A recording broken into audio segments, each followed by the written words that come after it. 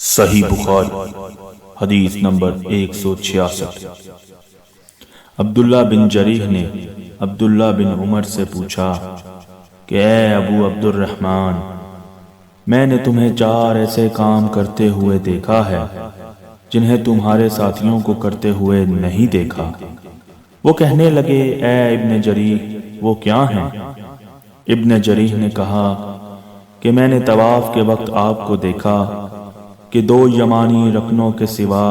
کسی اور رکن کو آپ نہیں چھوتے۔ دوسرے، میں نے آپ کو بستی جوتے پہنے ہوئے دیکھا، اور تیسرے،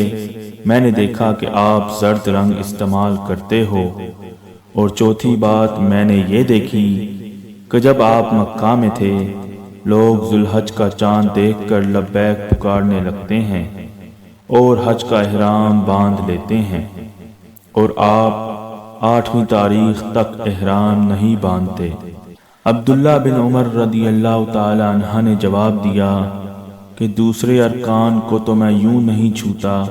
کہ میں نے رسول اللہ صلی اللہ علیہ وسلم کو یمانی رکنوں کے علاوہ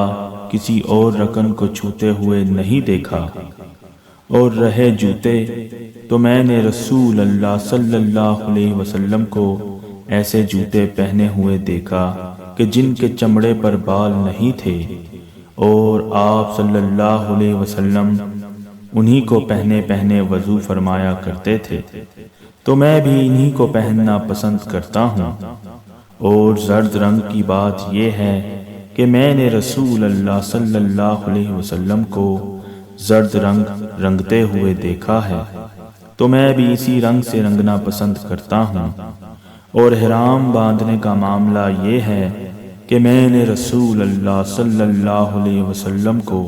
اس وقت تک احرام باندھتے ہوئے نہیں دیکھا جب تک آپ صلی اللہ علیہ وسلم کی اونٹنی آپ کو لے کر نہ چل پڑتی۔